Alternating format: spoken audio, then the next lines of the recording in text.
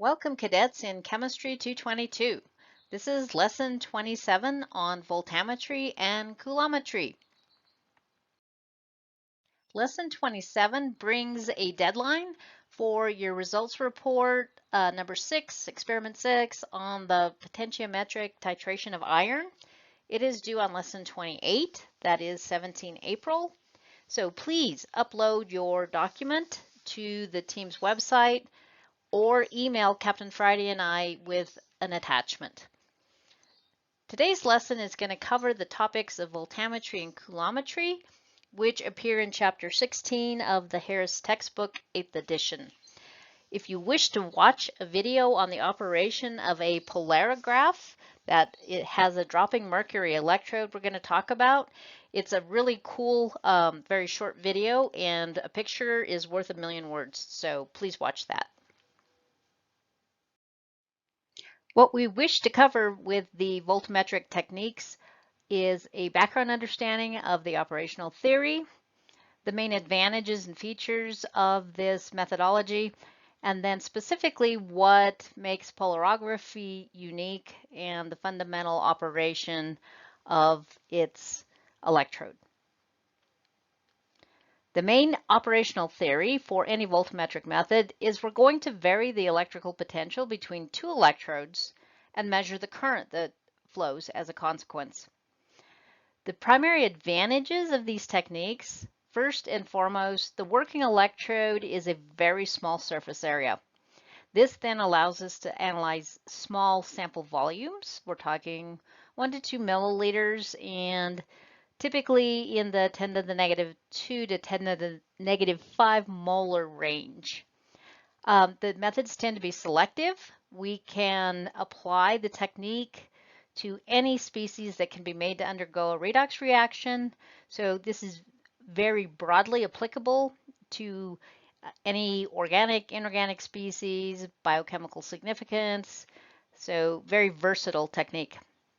The accuracy is good, around 1 to 3% relative error, and the limits of detection can be competitive with those that provide the lowest limits in terms of the spectroscopic methods, and we're talking about a cost of a few thousand to $10,000 range versus hundreds of thousands for something such as an ICP mass spectrometer. The specialized technique that gives us the best limits of detection is stripping voltammetry. So the Polarographic methods, what characterizes them is we're going to use a dropping mercury electrode as our working electrode. These are actual little droplets of mercury that form, and its surface is where the redox reaction of interest occurs. When we do polarography, we have to provide an electrolyte into our solution. This ensures that our analyte species moves under diffusion control. We will discuss more about this in a minute. The mercury droplets themselves, they form, they get bigger, they reach a maximum size, they drop off, and then a new droplet forms. This process allows us to have a very clean and reproducible surface area for the redox reaction to happen. So that imparts very good accuracy and precision for the methods.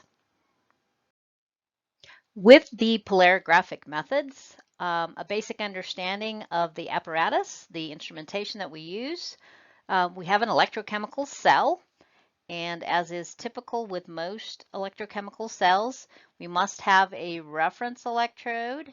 So this is going to be something like a standard calomel electrode or silver chloride. It's going to provide a constant and known potential for comparison purposes. Our working electrode, as we've suggested earlier, we actually have a reservoir of mercury, and little droplets of mercury form at the base of the capillary. And that's going to provide the surface onto which our analyte species is going to adsorb and undergo a redox process. We also have an auxiliary electrode over here, which is simply an inert metal that senses the potential of the working electrode, and all of our electrodes are then connected through a potentiostat. A unique component that we need when doing polarography is we need to bubble in nitrogen. So we've got to have a purge line. And the purpose of the oxygen is to get rid of, I'm sorry, the purpose of the nitrogen is to get rid of oxygen. If there's any dissolved oxygen and it gets onto the surface of our working electrode, it's going to interfere with the chemistry involving our analyte species, and so we don't want oxygen. And so by bubbling in a gas, it tends to knock off the oxygen so that it does not interfere with the chemistry. Now, in terms of theory, some important parameters that have to happen in order for everything to work well for polarography. The mechanism of how an analyte species finds its way to the surface, undergoes redox process, and leaves. The four primary steps, or the mechanism that occurs, is as follows. First, we apply an electrical potential to our electrode. So we apply some voltage to the surface. Okay. Our analyte species, and in this example, we're looking at this complex ion. Okay. It starts out in what we call the bulk solution away from the surface. Okay, so the next step is this species has got to find its way to the surface. It's got to move to the surface. So it's got to migrate from the bulk to the surface. The third step is that the analyte species now is on the surface, and so some redox process is going to happen. If it's reduction, it's going to gain electrons, and some reduced form of that species will appear. In this case, it's that complex ion right there. Now, the fourth and final step is this newly formed species that's currently on the surface. It's just got to move back out into solution. So that is the fourth and final step in the mechanism. So one critical thing, the redox reaction that occurs is going to generate a current, and because this involves a redox reaction, it's called a Faradaic current. That current that flows is going to be proportional to our analyte species of interest in terms of concentration. Therefore, we can get quantitative information from this method. When we do polarography, it is critical that the mechanism that drives the analyte to move from the bulk of the solution to the surface is what we call diffusion control. So we want our analyte species to be attracted to the surface as a consequence of a natural tendency in which a species at a higher concentration just spontaneously moves to a region of lower concentration. That is the needed and desired driving mechanism. We want to get rid of the other potential modes in which a species might move to the surface. Okay, electrical attraction is where our analyte species, having some charge, might be attracted to the electrode surface due to opposite charges. One way to remove that attractive force is to add an electrolyte like hydrochloric acid that breaks up into a lot of ions, charged species. Okay, and so if those charged species are at a high concentration, they're going to get in the way of our analyte species, and it will remove the tendency for our analyte species to move under electrical attraction. Okay, we also want to be careful not to move the analyte species to the surface by physical means, which is by stirring, or in other words, convection. So that's easy to control. Either we stir or we don't, or we stir at a low rate.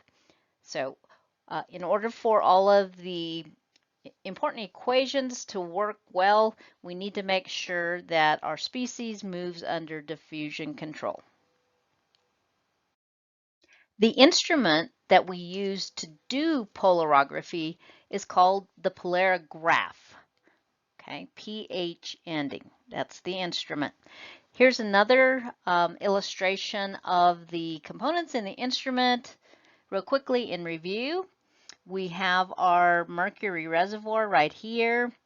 At the end of the mercury reservoir, little droplets of mercury form that provides the working electrode surface where the redox reaction is going to occur. We have the auxiliary electrode here, which is simply an inert metal that's going to sense the potential at the working electrode. We have our reference electrode over here. It's represented here as a standard calomel electrode. And then, as we mentioned, we need to bubble in nitrogen gas to remove any oxygen from the surface of the working electrode. And our system has to all be controlled and have the opportunity to vary the potential with the potentiostat. When we do polarography, you'll oftentimes see these acronyms of DME and HDME. That stands for drop mercury electrode or hanging drop mercury electrode. When we do voltammetry or polarography, we are going to make a record of the current that flows as a function of the potential applied, as shown in our curve B here. So the record is called a voltammogram.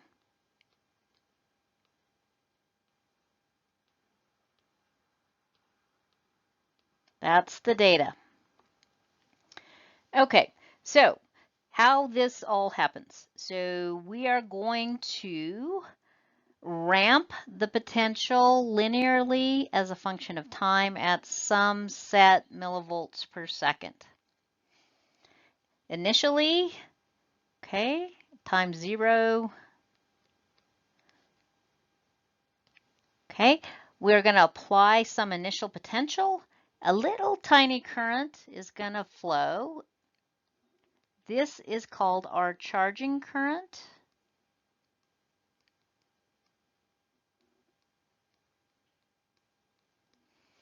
Okay, as we continue to increase the potential, there's no flow of current, and then all of a sudden we get a big rise in the current. Okay, so we should be able to predict for the reduction of any species.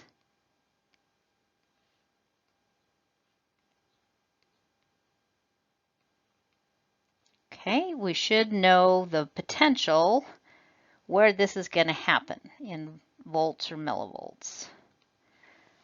Okay, so halfway up the rise of the current is what we call the half wave potential. That's that potential right there. Okay. And you'll notice that the current increases, and then we get this sawtooth pattern where the current goes up and down and up and down and up and down. So where that's coming from, our mercury droplets start forming. They're small to begin with. They get bigger. They reach a maximum size.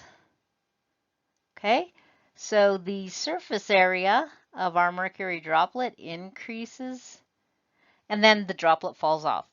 So what you're seeing here is a rise in the current as a function of the surface area of the electrode. So we get this sawtooth pattern. So how we measure the current that comes as a consequence of this redox reaction that happened, this is what we call our diffusion control current. It's also known as the limiting current. Okay, so what you do is you take this baseline, extend it out, you get a line across the plateau of those sawtooth pattern. We look at this current that flows, and this is your diffusion control current. So it's the difference of that maximum at the plateau minus the charging current. Known as Thus, Voltammetry can be used like most analytical techniques, in which we are going to prepare a set of calibration standards of known concentration. So for instance, a blank, one at 10 millimoles per liter, one at 30, one at 50, one at 60, and we measure the diffusion control current that flows as a consequence of the redox process of cadmium going from 2+ to 1+, and we make a calibration curve. So obviously, we are going to take our linear regression equation, and then if we wish to know the concentration of cadmium in any unknown solution, we don't know the concentration, we want to figure out what it is, we do measure the diffusion control current for that unknown solution. So that is your Y value. So if you know Y in this equation and you know the slope and the intercept, we can solve for X, the concentration of our cadmium in the unknown solution. So the polarographic methods come in a variety of tweaks on the direct current methodology. That sawtooth appearance in the voltammogram is undesirable because it limits our accuracy and also our limits of detection and sensitivity of the method. So we would like to get rid of that plateau where the mercury droplet gets bigger, the surface area changes. So to smooth out the voltammogram, we can do one of the following methodologies. So first, normal pulse. How that's going to differ, we are going to only measure, okay, our mercury droplet is small to begin with, but then it gets big at the end. Okay, so instead of measuring the current that's flowing throughout the whole process as that surface area is changing, what if we only measured the current at the last few milliseconds of droplet size? That way it stays pretty constant. So what happens with normal pulse polarography, which is the A plots here, okay, we're looking at potential versus time, and if you'll notice, there's a little black section. This represents the only time period that we're going to measure the current, and it's at the end of the droplet life. And then we're going to do that again at a higher potential and again at a higher potential. And so this gets rid of the variation of the surface area and the variable current that flows. It smooths out that top portion. Okay, and it's going to result in a much more accurate and a bigger current jump for the method. Then there's other derivations of this type of approach. Differential pulse is where we measure the current before we ramp the voltage, and then we ramp the voltage, and at the last few milliseconds of life, we measure the current that flows. And so we're going to take the difference in that current, and then we're going to apply a new initial voltage ramp to a higher level, only measure the current during the last milliseconds of life, take that difference, and lo and behold, we get this nice smooth diagram, voltammogram, for differential pulse. And I've got the wrong letter there. Differential pulse. Okay. And there are other derivations of this. There's staircase and square wave polarography. I'll let you look at the variation and how we make that current measurement as relative to the voltage and when we sample based upon the lifetime of the mercury droplet. But the big picture is know that all these alternative methodologies, they're designed to smooth out the curve and improve the limit of detection and the sensitivity of the methods. So with this slide, we can actually look at the limits of detection for the methods that we just talked about. So when we do direct current, the simple polarographic method where we've got the sawtooth plateau. Our limit of detection is on the order of 2 times 10 to the negative 6 molar. Okay. If we do normal pulse, our limit of detection drops about a factor of 10, 5 times 10 negative 7 molar. Okay, so you'll notice that the y-axis scale here is bigger than when we did direct current, so we're analyzing the same sample in all of these examples. If we do differential pulse, we get a lower limit of detection yet, down to 1 times 10 negative 7. There's differential pulse. You see the axes maxes out at 40, so we get a bigger jump. And then square wave is on the order of 5 times 10 negative 7, so somewhere in between. To further illustrate the significance of doing differential pulse as opposed to direct current, the classical DC polarography, this diagram shows you the analysis of the same sample using both methods. So you get the very sawtooth direct current rise here. So here's your half wave potential right here where your redox process is happening. And you get a little diffusion control current jump of that magnitude. Now, when that same sample is analyzed using differential pulse instead of direct current, okay, you're going to see a measured current change in which you go to the top and the baseline, and now you're looking at a rise of that magnitude for the diffusion control current. So it makes the method much more sensitive so that you can detect lower and lower concentrations of your analyte species. Just a final thing to recognize about this plot is the species that we are analyzing actually undergoes a second redox process here, okay, in which the rise in the current for the direct current methodology is that. And so just FYI, you have a secondary process and a second half-wave potential happening to that particular analyte species.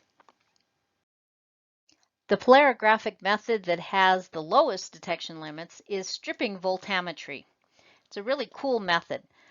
We can get down to around 10 to the negative 9th, and I think your book actually even cites down to 10 to the negative 12th for some species.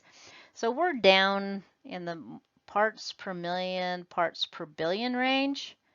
So this is where one of our electrochemical methods can compete well with some of the much more expensive spectroscopic methods.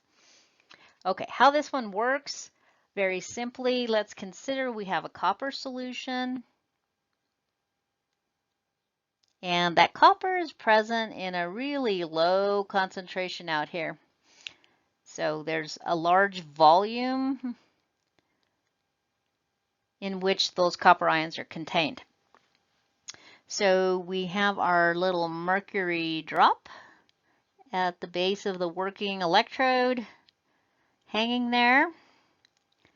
And we are going to stir the solution so that my copper moves to the electrode surface and into the mercury droplet. This, in effect, pre-concentrates the mercury, or the copper into the mercury droplet. We have formed an amalgam, a combination of metals, and the process, we say that we amalgamate the copper into the mercury. So that pre-concentrates it, therefore we're going to get a big current response when we subject it to some kind of redox process, and we will get a much bigger peak, which means we can detect lower concentrations.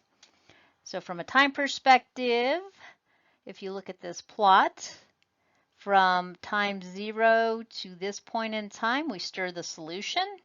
The copper moves into the mercury droplet. We form the amalgam. We stop stirring for a little period of time. Then we start ramping the potential. And we're ramping in a more positive direction. And at some point, our positively charged copper ions want out of that mercury droplet.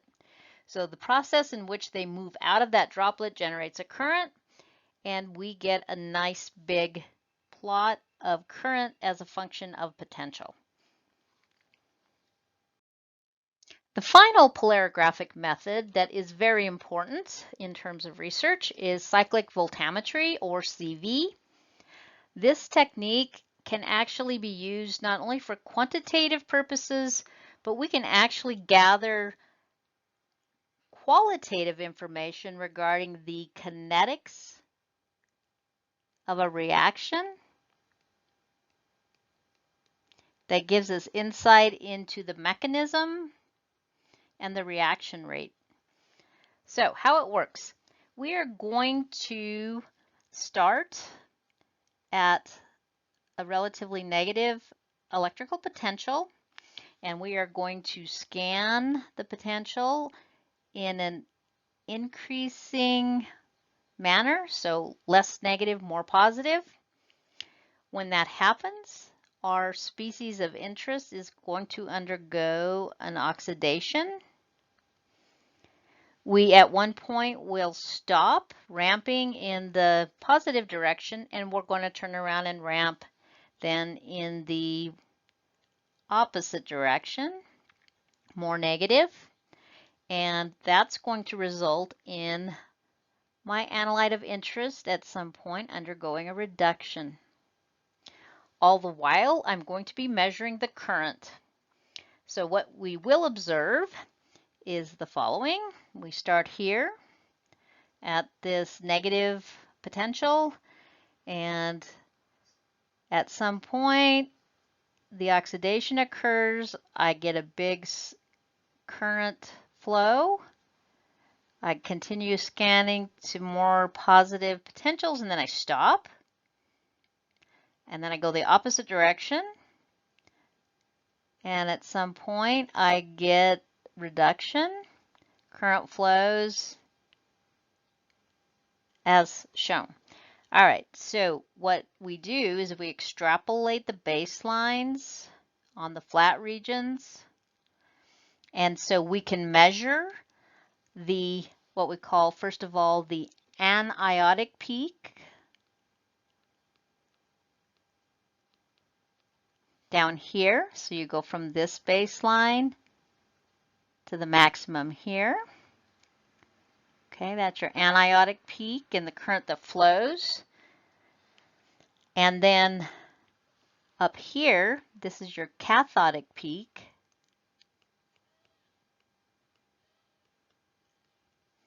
Okay, so you go from this baseline to the maximum, you measure that current that flows, and there's the current at the cathodic peak. So the magnitude of those two currents gives us insight as to the reversibility of the reaction. If the magnitude of those two currents that are measured are equal, then we know the reaction is reversible.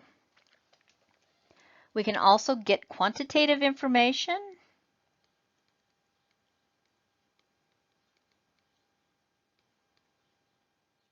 using cyclic voltammetry. And so the current that flows at the cathodic peak is predicted by this equation here. Okay, so you have a big number. N is the number of moles of electrons that flows for the cathodic event. You take that value and raise it to the 3/2 exponent. A is, once again, surface area of the droplet. C is the concentration of your species of interest. So in this case, it's the O species.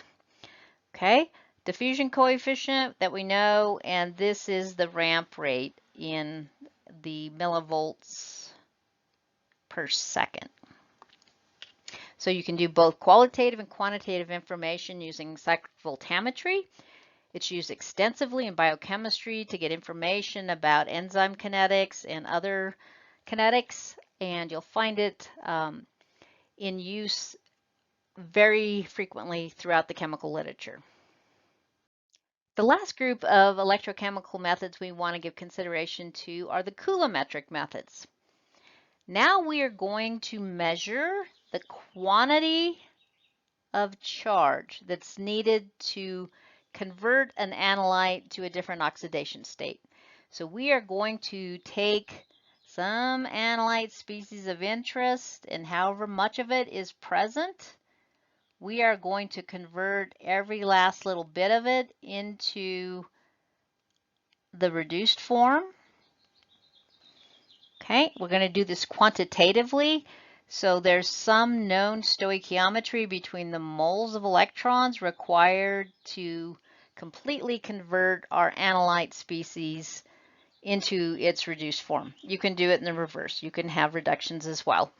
I'm sorry, you can have oxidations as well. So different types of coulometric methods that exist. We have constant potential, constant current, or electrogravimetry. And the critical equations we need when we work problems involving coulometry are the ones shown here. We need to remind ourselves that the quantity of charge, Q, is the number of moles of electrons times Faraday's constant. Rearranging the equation, we can solve for the number of moles of electrons, which is Q over F.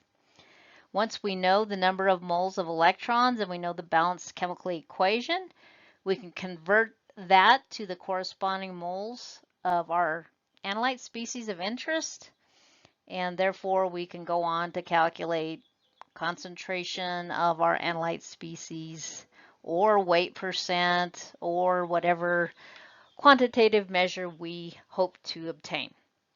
Some of the key advantages to the coulometric methods compared to other methods is we can carry out titrations in which electrons are our titrant. So unlike an acid-base titration where you have to standardize the sodium hydroxide solution, these titrations involve no standardization. Obviously, the quantitation occurs from known stoichiometry of known reactions. These techniques provide us with very good moderate selectivity and sensitivity. And here's the real big advantage to the coulometric methods. They are by far and away the most accurate and precise with a relative error of 0.1%. So within the family of coulometric methods, one of the techniques is controlled or constant potential coulometry. So we are going to measure the quantity of charge required to fully convert our analyte species to some different oxidation state.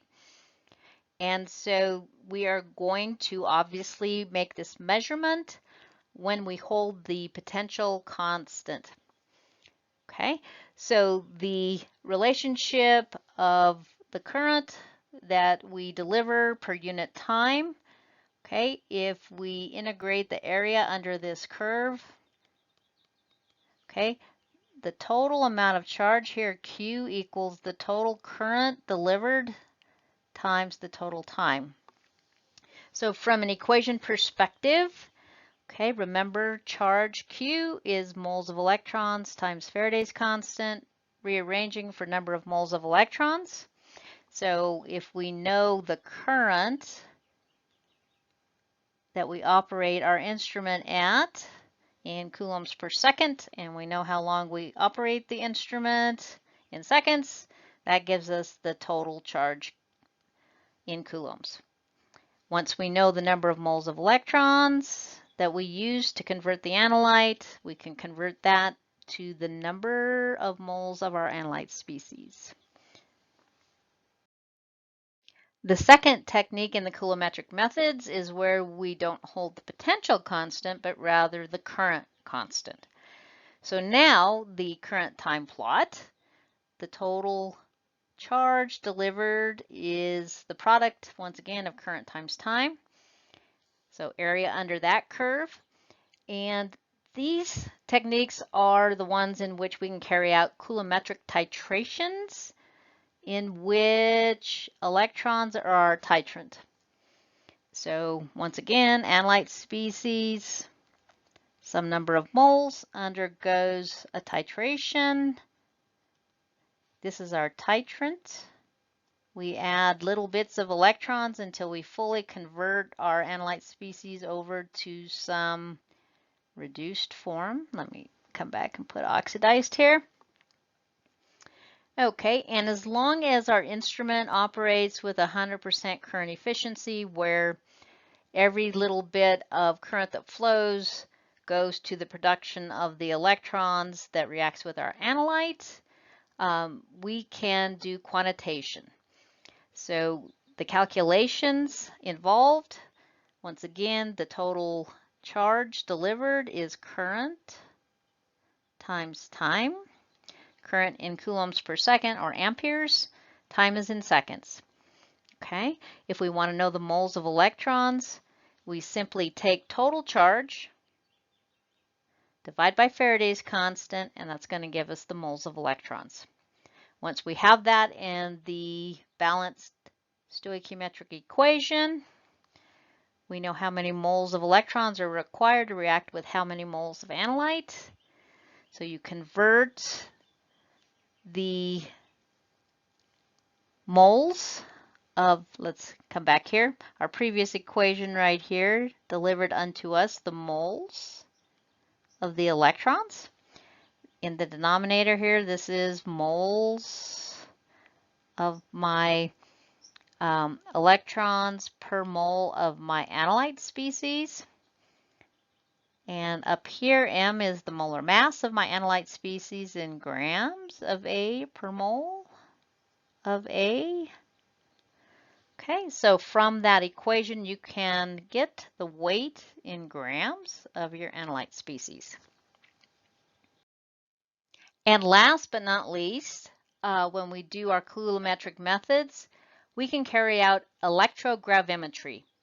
This is simply taking an analyte ion, applying a potential such that we reduce that ion to a metal, and that metal deposits on our cathode.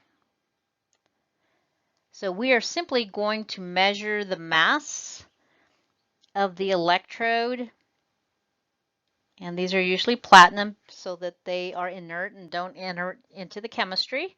We're going to record the mass of the electrode before we reduce the copper. We're going to apply the potential to the electrode for a sufficient amount of time so that this quantitatively is converted and deposited onto the electrode. We're going to measure the mass of the electrode after we're done and after it dries, so there's no water weight. And simply the change in mass that comes is coming from the mass of the copper that got deposited. So this is electrode deposition. Once we know the mass of the copper, we know the moles. If I know the moles, I can calculate the concentration in molarity. So a very simple and extremely accurate and precise method of analysis. And this finishes the subject material for Chapter 16.